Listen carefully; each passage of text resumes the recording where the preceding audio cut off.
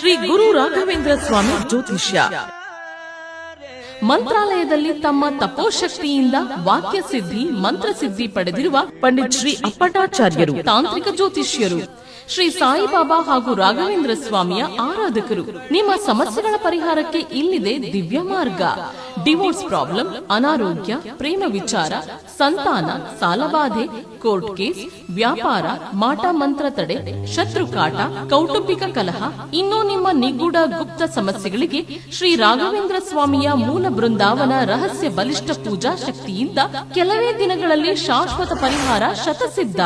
ವಿಶೇಷ ಸೂಚನೆ: ಅಲ್ಲಿ ಇಲ್ಲಿ ಕೇಳಿ ಎಲ್ಲೂ ಪರಿಹಾರವಾಗದ ನಿಮ್ಮ ಸರ್ವ ಸಮಸ್ಯೆಗಳಿಗೆ ಇಲ್ಲಿದೆ ದಿವ್ಯ ಮಾರ್ಗ. ನಂಬಿಕೆಟ್ಟವರಿಲ್ಲವೋ ಈ ರಾಯರ. ನೀವು ಬಯಸುವ ನೆಮ್ಮದಿಯ ಜೀವನಕ್ಕಾಗಿ ಒಮ್ಮೆ ಸಂಪರ್ಕಿಸಿ. ಶ್ರೀ ಗುರು ರಾಘವೇಂದ್ರ ಸ್ವಾಮಿ ಜ್ಯೋತಿಷ್ಯ, ಪಂಡಿತ್ ಶ್ರೀ ಅಪ್ಪಟಾಚಾರ್ಯರು. ಫೋನಿನ ಮೂಲಕ ಪರಿಹಾರ. ಮೊಬೈಲ್ ಸಂಖ್ಯೆ 9008111181. ಓಂ ಶ್ರೀ ಗುರು ರಾಘವೇಂದ್ರಾಯ ನಮಃ. ಎಲ್ರಿಗೂ ನಮಸ್ಕಾರ. ಇವತ್ತಿನ ವಿಡಿಯೋನಲ್ಲಿ ಈ ಗುರುವಾರದ ಪೂಜೆಯ ವಿಧಾನದ ಸಂಪೂರ್ಣವಾದಂತಹ ಮಾಹಿತಿಯನ್ನು ನಿಮ್ಮೊಟ್ಟಿಗೆ ಹಂಚ್ಕೋತೀನಿ. ಈ ಶ್ರಾವಣ ಮಾಸದ ಕೊನೆಯ ಗುರುವಾರದ ಪೂಜೆ ಎಲ್ಲ ಗುರುವಾರಗಳ ಥರ ಇರೋದಿಲ್ಲ, ಸ್ವಲ್ಪ ವಿಶೇಷವಾಗಿ ಇರುತ್ತೆ. ನಿಮ್ಮ ಕಷ್ಟವನ್ನು ಕಳೆದುಕೊಳ್ಳೋದಕ್ಕೆ ಒಂದು ಅತ್ಯಂತ ಸುಲಭವಾದಂತಹ ಒಂದು ಪರಿಹಾರವನ್ನು ಈ ಗುರುವಾರ ಮಾಡ್ಕೋಬಹುದು. ಅದನ್ನು ಹೇಳಿದ್ದೀನಿ, ತಪ್ಪದೆ ವಿಡಿಯೋವನ್ನು ನೋಡಿ. ಇನ್ನು ಯಾರೆಲ್ಲ ನನ್ನ ಮಾಹಿತಿಯ ಪ್ರಕಾರ 3 ದಿನಗಳ ಆರಾಧನೆಯ ಪೂಜೆಯನ್ನು ಮಾಡಿದಿರ ಅವರು ಇವತ್ತು ಸಂಜೆ ಪೂಜೆಯನ್ನು ಮುಗಿಸ್ಬಿಟ್ಟು 7:45, 8 ಗಂಟೆ ಅಷ್ಟೊತ್ತಿಗೆ ಅರ್ಘ್ಯವನ್ನು ಕೊಡಿ. ಅರ್ಘ್ಯ ಕೊಟ್ಬಿಟ್ಟು ಕಳಸ ಕದಲಿಸ್ಬಿಟ್ಟು ರಾಯರಿಗೆ ಹಾಕಿರುವಂತಹ ಹೂವಿನೆಲ್ಲ ತಕ್ಕೊಂಡು ಇನ್ನು ನಾಳೆಯಿಂದ ನಿಮ್ಮ ಪೂಜೆಯನ್ನು ಯಥಾಪ್ರಕಾರ ಮಾಡ್ಕೋಬಹುದು. 3 ದಿನಗಳ ಆರಾಧನೆಯ ಪೂಜೆ ಮಾಡಿದ್ರೂ ಸಹ ಈ ಗುರುವಾರ ಸ್ವಲ್ಪ ವಿಶೇಷವಾಗಿಯೇ ರಾಯರಿಗೆ ನೀವು ಪೂಜೆಯನ್ನು ಅರ್ಪಿಸಿ, ಬಹಳ ಒಳ್ಳೆಯದು. ಏಕೆಂತಂದರೆ ಶ್ರಾವಣದ ಗುರುವಾರಗಳು ಅಂತಂದರೆ ಅತ್ಯಂತ ಪುಣ್ಯಪ್ರದವಾದಂತಹ ಗುರುವಾರಗಳು. ನೀವು ಒಂದು ಶ್ರಾವಣ ಗುರುವಾರ ಪೂಜೆ ಮಾಡಿದ್ರೆ 5 ಗುರುವಾರಗಳು ಪೂಜೆ ಮಾಡಿದಂತಹ ಪುಣ್ಯ ನಿಮಗೆ ಬರುತ್ತೆ, ಮತ್ತು ಸಂಕಟಗಳನ್ನು ಸಹ ದೂರ ಆಗುತ್ತೆ. ಇನ್ನು 14ನೇ ತಾರೀಕು ಬಂದಿರುವಂತಹ ಗುರುವಾರ ಪೂಜೆಗೆ ಶುಭ ಸಮಯ ಅಂತಂದರೆ ಬೆಳಗ್ಗಿನ ಜಾವ 5:30ರಿಂದ 6:15ರವರೆಗೆ ಬಹಳ ಶುಭವಾಗಿದೆ. ಇನ್ನು ಪೂಜೆಯ ವಿಧಾನ ಅಂತ ಹೇಳಿ ಬಂದಾಗ ನೀವು ಗುರುವಾರ ಯಥಾ ಪ್ರಕಾರ ಫಸ್ಟು ಮನೆ ಕ್ಲೀನ್ ಮಾಡ್ಕೊಳ್ಳಿ. ಅಡುಗೆ ಮನೆ ಕ್ಲೀನ್ ಮಾಡಿಕೊಂಡು ಅಂಗಳ ಎಲ್ಲ ಸಾರಿಸಿ ಗುಡಿಸಿ ರಂಗೋಲಿ ಹಾಕ್ಕೊಂಡು ಹೊಸ್ತಲೆಲ್ಲ ತೊಳ್ಕೋಬೇಕು. ತುಳಸಿ ಪೂಜೆಗೂ ಸಹ ನೀವು ಅಣಿ ಮಾಡ್ಕೋಬೇಕು ಸ್ನಾನ ಆದಮೇಲೆ. ಪ್ರತಿ ಗುರುವಾರ ತಲೆಗೆ ಸ್ನಾನ ಮಾಡ್ಕೊಳ್ದಲೇ ರಾಯರ ಪೂಜೆ ಮಾಡೋ ಹಾಗಿಲ್ಲ. ತಲೆಗೆ ಸ್ನಾನ ಮಾಡಿಕೊಂಡು ಮಡಿ ಬಟ್ಟೆಯನ್ನು ಹಾಕ್ಕೊಳ್ಳಿ. ಹೆಣ್ಮಕ್ಳು ಸೀರೆ ಉಟ್ಕೊಳ್ಳಿ, ಗಂಡಸರಾದರೆ ಪಂಚೆ ಮತ್ತು ಶಲ್ಯವನ್ನು ಧಾರಣೆ ಮಾಡಿ ರಾಯರ ಪೂಜೆಯನ್ನು ಮಾಡುವಂತಹದ್ದು. ರಾಯರ ಫೋಟೋ ಒರೆಸ್ಕೊಳ್ಳಿ. ಶ್ರೀಮನ್ನಾರಾಯಣನ ಸ್ವರೂಪದ ಫೋಟೋ ಇದ್ದರೆ ಒರೆಸ್ಕೊಳ್ಳಿ. ರಾಯರ ಫೋಟೋಗೆ ಗಂಧ ಅಥವಾ ಗೋಪಿ ಚಂದನದ ಬೊಟ್ಟನ್ನು ಹಚ್ಚಿ 6 ಬೊಟ್ಟಿಡಬೇಕು. ರಾಯರ ಫೋಟೋಗೆ ಹಣೆ, ಕಣ್ಣುಗಳ ಅಕ್ಕಪಕ್ಕ, 2 ಬಾಹು, ವಕ್ಷಸ್ಥಲ. ರಾಯರ ಪಾದಗಳಿಗೆ ಗಂಧವನ್ನು ಹಚ್ಚಲಿಕ್ಕೆ ಹೋಗಬೇಡಿ. ತುಳಸಿಯನ್ನು ಹಾಕ್ಕೊಳ್ಳಿ. 3 ತರಹದ ಹೂಗಳನ್ನು ಹಾಕ್ಕೊಳ್ಳಿ. ರಾಯರಿಗೆ ಪ್ರಿಯವಾದಂತಹ ಹೂಗಳು ದುಂಡು ಮಲ್ಲಿಗೆ, ಸುಗಂಧರಾಜ, ಇಲ್ಲ ಅಂತಂದರೆ ಮಲ್ಲಿಗೆ ಹೂವು, ಕನಕಾಂಬ್ರ, ಪಾರಿಜಾತ. ಈ ಹೂಗಳು ಸಿಕ್ಕಿದ್ರೆ ಇವುಗಳನ್ನು ಬಳಸಿ ಅಲಂಕಾರವನ್ನು ನೀವು ಮಾಡಿಕೊಳ್ಳುವಂಥದ್ದು. ಅದರಲ್ಲೂ ಈ ಶ್ರಾವಣ ಮಾಸದ ಗುರುವಾರಗಳಲ್ಲಿ ಸುಗಂಧರಾಜ ಹೂ ಬರುತ್ತಲ್ಲ, ಆ ಹೂವನ್ನು ಅಲಂಕಾರ ಮಾಡೋದಕ್ಕೆ ಬಳಸ್ಕೊಳ್ಳಿ. ಸಿಕ್ಕಿದ್ರೆ ನಿಮಗೆ ಒಳ್ಳೆಯದಾಗುತ್ತೆ. ಇನ್ನು ದೀಪಾರಾಧನೆ ಅಂತ ಹೇಳಿ ಬಂದಾಗ 2 ದೀಪ ನಾರ್ಮಲ್ಲಾಗಿ ರಾಯರ ಮುಂದೆ ಹಚ್ಚುವಂತಹದ್ದು. ಜೊತೆಯಲ್ಲಿ ತಪ್ಪದೆ 5 ಮಣ್ಣಿನ ದೀಪಾರಾಧನೆ ಮಾಡೋದಕ್ಕೆ ಸಿದ್ಧ ಮಾಡ್ಕೊಳ್ಳಿ. ನನ್ನ ರೆಗ್ಯುಲರ್ ವ್ಯೂವರ್ಸ್ ಆದರೆ ಅವ್ರಿಗೆ ಗೊತ್ತಿರುತ್ತೆ 5 ಮಣ್ಣಿನ ದೀಪಾರಾಧನೆ. ಹೊಸ 5 ಮಣ್ಣಿನ ದೀಪಗಳನ್ನು ರಾಯರ ಮುಂದೆ ಹಚ್ಚುವಂತಹದ್ದು.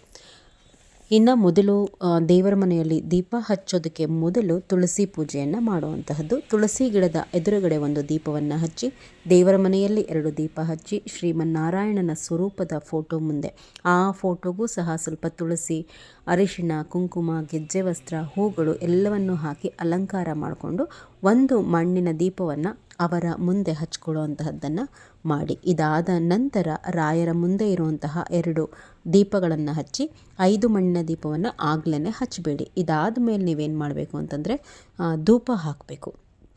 ಧೂಪ ಹಾಕಿದ ನಂತರ ಒಂದು ಮುಡಿಪು ಕಟ್ಟುವಂತಹ ಸೇವೆಯನ್ನು ಮಾಡಬೇಕಾಗತ್ತೆ. ನೀವು ಯಾವ ವ್ರತ ಮಾಡ್ತಾಯಿದ್ದೀರೋ ಮುಡುಪು ಕಟ್ಟುವಂತಹದ್ದು ಅಥವಾ ಬೇರೆ ರಾಯರ ಯಾವುದೇ ವ್ರತ ಮಾಡ್ತಾಯಿದ್ರೂ ಪರವಾಗಿಲ್ಲ, ಈ ಒಂದು ಗುರುವಾರ ರಾಯರಿಗೆ ಮುಡಿಪು ಕಟ್ಟುವಂತಹ ಸೇವೆಯನ್ನು ಮಾಡಿ, ಬಹಳ ಒಳ್ಳೆಯದಾಗತ್ತೆ. ಶ್ರಾವಣ ಮಾಸದ ಗುರುವಾರದಲ್ಲಿ ಈ ಮುಡಿಪು ಕಟ್ಟುವಂತಹ ಸೇವೆಯನ್ನು ಮಾಡುವಂತಹದ್ದು ನಿಮ್ಮ ಮನೆಯ ಕಷ್ಟವನ್ನು ಕಳೆಯೋದಕ್ಕೆ ಬಹಳ ರಾಯರಿಗೆ ಹಾದಿ ಮಾಡಿಕೊಡುತ್ತೆ. ಯಾವ ರೀತಿ ಕಟ್ಟುವಂತಹದ್ದು ಅಂತಂದರೆ, ನೀವು ಮೊದಲು ರಾಯರ ಮುಂದೆ 2 ದೀಪವನ್ನು ಹಚ್ತಿರಲ್ಲ, ಹಚ್ಚಿದ ಆದಮೇಲೆ ಹಳದಿ ಅಥವಾ ಬಿಳಿ ಬಟ್ಟೆಯನ್ನು ತಗೊಳ್ಳಿ. ಅಂದರೆ ಬಳಸಿರೋದಾಗಬಾರ್ದು, ಹೊಸದಾದಂತಹ ಬಟ್ಟೆ, ಹಳದಿ ಅಥವಾ ಬಿಳಿ ಬಟ್ಟೆಯನ್ನು ತಗೊಂಡು ಅರಿಶಿಣದ ನೀರಿನಲ್ಲಿ ಅದ್ದಿದ್ರೆ ಅದು ಹಳದಿ ಬಟ್ಟೆ ಆಗುತ್ತೆ. ಅದರಲ್ಲಿ ಮಧ್ಯದಲ್ಲಿ ಏನು ಮಾಡಬೇಕು, ಆ ಬಟ್ಟೆಯ ಮಧ್ಯಕ್ಕೆ ಒಂದು 4 ಕಾಳು ಕೆಂಪು ಅಕ್ಷತೆ ನೀವು ಮನೆಯಲ್ಲಿ ಮಾಡ್ಕೋಬೇಕು. ಅಕ್ಕಿಗೆ ಸ್ವಲ್ಪ ತುಪ್ಪ ಮತ್ತು ಕುಂಕುಮವನ್ನು ಬೆರೆಸಿ ಕೆಂಪು ಅಕ್ಷತೆಯನ್ನು ಮಾಡ್ಕೊಳ್ಳಿ.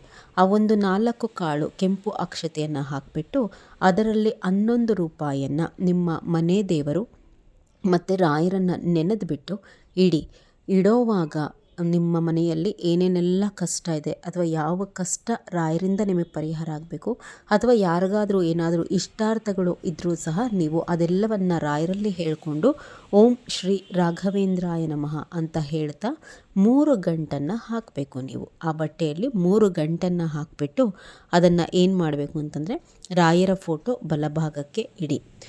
11 ರೂಪಾಯಿಯನ್ನೇ ಇಡಬೇಕು. ಅದರ ಜೊತೆಗೆ ಹೂ ಹಾಕೋದು, ಎಲೆ ಅಡಿಕೆ ಇಡುವಂತಹದ್ದು ಯಾವುದು ಮಾಡಬೇಡಿ.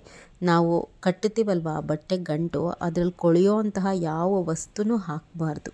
ಅದು ಕೊಳಿತಿದ್ದಂಗೆ ಅದ್ರ ಒಳಗಡೆ ಅದೊಂಥರ ನೆಗೆಟಿವಿಟಿ, ಕೊಳೆಯುವಂತಹ ಯಾವ ವಸ್ತುಗಳನ್ನು ಹಾಕಬೇಡಿ.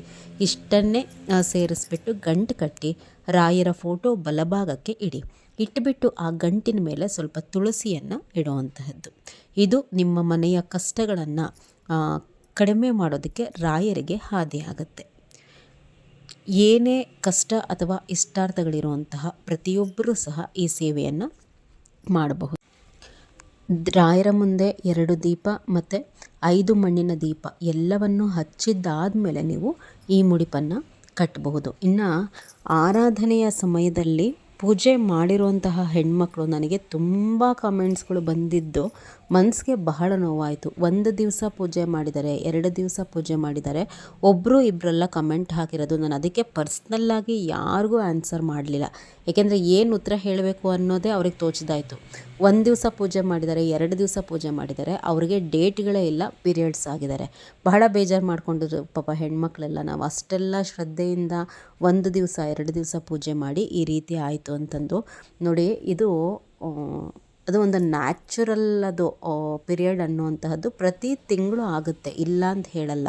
ಆದರೆ ನಾವು ಈ ರೀತಿ ಮನೆಯಲ್ಲಿ ಅಷ್ಟೆಲ್ಲ ಪೂಜೆ ಮಾಡಿದ್ದೀವಿ ಅಂತಂದಾಗ ನಾವು ರಾಯರ ಮುಂದೆ ಒಂದು ದೀಪ ಹಚ್ಚುತ್ತಿದ್ದ ಹಾಗೆಯೇ ನಮ್ಗೆ ಆ ಥರ ಒಂದು ಪೀರಿಯಡ್ ಸೈಕಲ್ ಇದ್ರೂ ರಾಯರೇ ತುಳ್ಕೊಂಬಿಡ್ತಾರೆ. ಅಂದರೆ ಇಷ್ಟು ಪೂಜೆ ಮಾಡ್ತಾವ್ರೆ, ಈ ಥರ ಆಗುವಂತಹದ್ದು ಬೇಡ, ಇದು ಮುಗೀಲಿ ಅನ್ನೋ ಥರ ಅನುಗ್ರಹವನ್ನು ರಾಯರೇ ಮಾಡ್ತಾರೆ.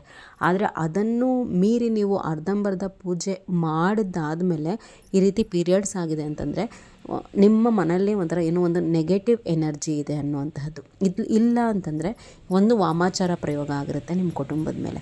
ಯಾರೆಲ್ಲ ಹೆಣ್ಮಕ್ಳು ಈ ಥರ ಪೀರಿಯಡ್ಸ್ ಆಗಿರ ಅವರು ನೋಡ್ಕೊಳ್ಳಿ, ಮನೆಯಲ್ಲಿ ತುಂಬ ಯಾವಾಗಲೂ ಜಗಳಗಳಾಗುವಂತಹದ್ದು, ಕಲಹಗಳಾಗುವಂತಹದ್ದು, ಯಾವಾಗಲೂ ಒಂಥರ ಕಿರಿಕಿರಿ, ಅಶಾಂತಿ ಇದೆಲ್ಲ ಇದೆಯಾ ಅಂತ ಹೇಳಿ ನೋಡಿಕೊಂಡು ಹೌದು ಅನ್ನೋದಾದರೆ ಈ ಥರ ಯಾರೆಲ್ಲ ಪೀರಿಯಡ್ಸ್ ಆಗಿದ್ದೀರಾ ನಿಮ್ಮ ಮನೆ ದೇವರಿಗೆ ಹೋಗಿ, ಮನೆ ದೇವ್ರಿಗೆ ಹೋಗಿಬಿಟ್ಟು ಒಂದು 101 ರೂಪಾಯಿ ಹುಂಡಿಗೆ ಹಾಕ್ಬಿಟ್ಟು ಈ ನಮ್ಮ ಮನೆಯಲ್ಲಿ ಏನೇ ಈ ಥರ ತೊಂದರೆ ಇದ್ರೂ ನೀವೇ ತುಳ್ಕೊಳ್ಳಿ ಅಂಥೇಳಿ ಒಂದು ಪೂಜೆ ಮಾಡಿಸ್ಕೊಂಡು ಬನ್ನಿ. ಈ ಥರ ಪೀರಿಯಡ್ಸ್ ಆಗಿರುವಂತಹ ಹೆಣ್ಮಕ್ಳು ಮುಂದೆ ನೋಡೋಣ, ನಾನು ಸ್ವಲ್ಪ ವಿಚಾರ ಮಾಡ್ತೀನಿ ಅರ್ಧಂಬರ್ಧ ಪೂಜೆ ಆಗಿರುವಂತಹದ್ದೇನಾದರೂ ನೆಕ್ಸ್ಟ್ ಗುರುವಾರ ಮಾಡ್ಬೋದಾ ಅಂತ. ಏಕೆಂದರೆ ಈ ವಿಡಿಯೋ ಆದಮೇಲೆ ಒಂದು ನೆಕ್ಸ್ಟ್ ವಿಡಿಯೋ ಬರುತ್ತೆ. ಕಾರಣಾಂತರಗಳಿಂದ ಯಾರೆಲ್ಲ ಆರಾಧನೆ ಪೂಜೆ ಮಾಡಲಿಕ್ಕಾಗಿಲ್ಲ ಅವರು ಯಾವ ರೀತಿ ಆರಾಧನೆ ಪೂಜೆ ಮಾಡಬಹುದು ಅಂತಂದು, ಇದು ನಾರ್ಮಲ್ಲಾಗಿ ಎಲ್ರಿಗೂ ಸಹ ಪೂಜೆ ಮಾಡುವಂತಹದ್ದು ಈ ವಿಡಿಯೋಲಿರೋದು. ಯಾರು ಆರಾಧನೆಯ ಪೂಜೆಯನ್ನು ಮಿಸ್ ಮಾಡ್ಕೊಂಡಿದ್ದೀರಾ ಅವ್ರಿಗೆ ನೆಕ್ಸ್ಟ್ ಒಂದು ವಿಡಿಯೋ ಬರುತ್ತೆ. ಆ ಸಂದರ್ಭದಲ್ಲಿ ಈ ಅರ್ಧಂಬರ್ಧ ಪೂಜೆ ಮಾಡ್ಕೊಂಡಿದ್ದೀರಲ್ಲ ಅಂಥವ್ರಿಗೆ ಏನಾದರೂ ಒಂದು ಪರಿಹಾರ ಸಿಗುತ್ತಾ ಅನ್ನೋಂತಹದ್ದನ್ನು ಸಹ ತಿಳಿಸುವಂತಹ ಪ್ರಯತ್ನ ಮಾಡ್ತೀನಿ. ಬಹಳ ನೋವಾಯಿತು ಮನಸ್ಸಿಗೆ ಯಾರಿಗೆಲ್ಲ ಆ ಥರ ಆಗಿದೆ. ಏನೂ ಆಗಲ್ಲ, ತುಂಬ ಇನ್ನು ಮುಂದೆ ಇದೆ ಮಾಡುವಂತಹದ್ದು ಆರಾಧನೆಯ ಪೂಜೆ, ರಾಯರ ಸೇವೆಗಳು. ಇಷ್ಟಕ್ಕೆ ಕೊನೆ ಆಗಲ್ಲ, ನೊಂದ್ಕೋಬೇಡಿ, ಅಷ್ಟನ್ನು ಹೇಳಬಲ್ಲೆ ನಾನು. ಇನ್ನು ಮುಡಿಪು ಕಟ್ಟುವಂತಹ ಸೇವೆ ನಂತರ ರಾಯರಿಗೆ ಸ್ತೋತ್ರ ಸೇವೆಯನ್ನು ಮಾಡಿ. ಫಸ್ಟು ವಿಷ್ಣು ಸಹಸ್ರನಾಮ ಅಥವಾ ವಿಷ್ಣು ಅಷ್ಟೋತ್ತರ, ರಾಯರ ಅಷ್ಟೋತ್ತರ, ರಾಯರ ಅಕ್ಷರಾಮಾಲಿಕಾ ಸ್ತೋತ್ರ, ರಾಯರ ಗಾಯತ್ರಿ ಮಂತ್ರ ಇವೆಲ್ಲವನ್ನು ಹೇಳಿಕೊಂಡು ರಾಯರಿಗೆ 2 ತುಪ್ಪದ ಬತ್ತಿಯಿಂದ ಆರತಿ ಮಾಡಿ. ಇದಾದ ಮೇಲೆ ನೀವು ನಿಮ್ಮ ಕೈಲಾದಂತಹ ಸಿಹಿ ನೈವೇದ್ಯವನ್ನು ರಾಯರಿಗಿಡಿ. ಏಕೆಂದರೆ ಶ್ರಾವಣ ಗುರುವಾರ ಸ್ವಲ್ಪ ಏನಾದರೂ ಸಿಹಿ ನೈವೇದ್ಯ ನಾವು ಇಡಬೇಕಾಗತ್ತೆ ನಿಮ್ಮ ಯಥಾಶಕ್ತಿ. ಏಕೆಂದರೆ ಆರಾಧನೆಗೆಲ್ಲರೂ ಸಹ ಮಾಡಿದ್ದೀರ, ಆದರೂ ಏನಾದರೂ ಸ್ವಲ್ಪ ಲೈಟಾಗಿ ಸಿಹಿ ಮಾಡಿ ರಾಯರಿಗೆ ನೈವೇದ್ಯ ಇಡಿ. ಬಾಳೆಹಣ್ಣಿಟ್ಟು ಈ ವಾರನೂ ಸಹ ನೀವು ಕಾಯಿ ಹೊಡಿಬೇಕು. ಕಾಯಿ ಒಡೆದ್ಬಿಟ್ಟು ಮಠಕ್ಕೆ ಹೋಗಿ ರಾಯರ ದರ್ಶನವನ್ನು ಮಾಡ್ಕೊಂಬನ್ನಿ. ಮತ್ತು ದೂರ ಇದೆ ಮಠಗಳು, ಆರಾಧನೆಗೆಲ್ಲ ಹೋಗಿದ್ದೀವಿ, ಮತ್ತೆ ಕಾಯಿ ಹೊಡೆಸ್ಕೊಂಬರೋಕ್ಕೆ ಕಳಸದ ಕಾಯಿನ ಹೋಗೋಕ್ಕಾಗಲ್ಲ ಅನ್ನುವಂಥವ್ರು ಮನೆಯಲ್ಲೇ ಈ ಗುರುವಾರ ಆ ಕಾಯಿನ ಹೊಡೆದ್ಬಿಡಿ. ಹತ್ತಿರ ಇರೋವಂಥವ್ರಿಗೆಲ್ಲ ನಾನು ಇದೇ ಹೇಳ್ತಿರೋದು. ಕಿಲೋಮೀಟ್ರ್ ದೂರ ಹೋಗಬೇಕು ರಾಯರ ಮಠಕ್ಕೆ, ಮತ್ತೆ ಹೋಗ್ಲಿಕ್ಕಾಗಲ್ಲ ನಾವು ಕಳಸದ ಕಾಯಿನ ಪೂಜೆ ಮಾಡಿಸ್ಕೊಂಬರೋಕ್ಕೆ ಅನ್ನೋಂಥವ್ರು ಮನೆಯಲ್ಲಿ ಗುರುವಾರ ಪೂಜೆ ಮಾಡ್ತಿರಲ್ವ, ಆವಾಗ ಹೊಡೀರಿ. ರಾಯರಿಗೆ ಹೊಡೆದಂತಹ ಕಾಯಿನ ಯಾವ ಕಾರಣಕ್ಕೂ ಖಾರಕ್ಕೆ ಬಳಸ್ಕೋಬೇಡಿ. ಇದಿಷ್ಟು ಗುರುವಾರ ರಾಯರಿಗೆ ಸೇವೆ ಮಾಡುವಂತಹ ಒಂದು ವಿಧಾನ. ತುಂಬ ಕಾಮೆಂಟ್ಸ್ಗಳು ಹಾಕ್ತಿದ್ದೀರಾ, ರಾಯರ ವ್ರತಗಳೇನು ಹೇಳಿಕೊಟ್ವಿ ಅದರಿಂದ ಬಹಳ ಒಳ್ಳೆಯದಾಗಿದೆ, ಚೇಂಜಸ್ ಕಾಣ್ತಿದೆ ಅಂತೇಳಿ. ಖಂಡಿತ ಇದೆಲ್ಲವೂ ಒಂದು ರಾಯರ ಮಾರ್ಗದರ್ಶನದಂತೆ ನಿಮ್ಮ ಮುಂದೆ ಇಡ್ತಾ ಇರುವಂತಹ ವ್ರತಗಳು, ಸೇವೆಗಳು. ಖಂಡಿತ ನಂಬಿಕೆ ಇಟ್ಟು ಮಾಡಿ, ಎಲ್ರಿಗೂ ಸಹ ಫಲ ಸಿಕ್ಕೇ ಸಿಕ್ಕುತ್ತೆ. ರಾಯರೆಲ್ರಿಗೂ ಸಹ ಒಳ್ಳೇದು ಮಾಡಲಿ. ನೆಕ್ಸ್ಟ್ ವಿಡಿಯೋಸ್ ವಾಚ್ ಮಾಡಿ, ಆರಾಧನೆಯ ಸಮಯದಲ್ಲಿ ಏನೆಲ್ಲ ತಪ್ಪುಗಳಾಗಿದೆ ಅನ್ನುವಂತಹದ್ದು. ಮತ್ತು ಈ ಆರಾಧನೆ ಪೂಜೆ ಯಾರೆಲ್ಲ ಮಾಡಿದಿರ, ಶ್ರಾವಣ ಶನಿವಾರ ವೆಂಕಟೇಶ್ವರ ಸ್ವಾಮಿ ಪೂಜೆಯನ್ನು ಮಾಡಿದ್ರ ಜೊತೆಗೆ ಬಹಳ ಬೇಗ ನಿಮಗೆ ಫಲ ದೊರೆಯುತ್ತೆ.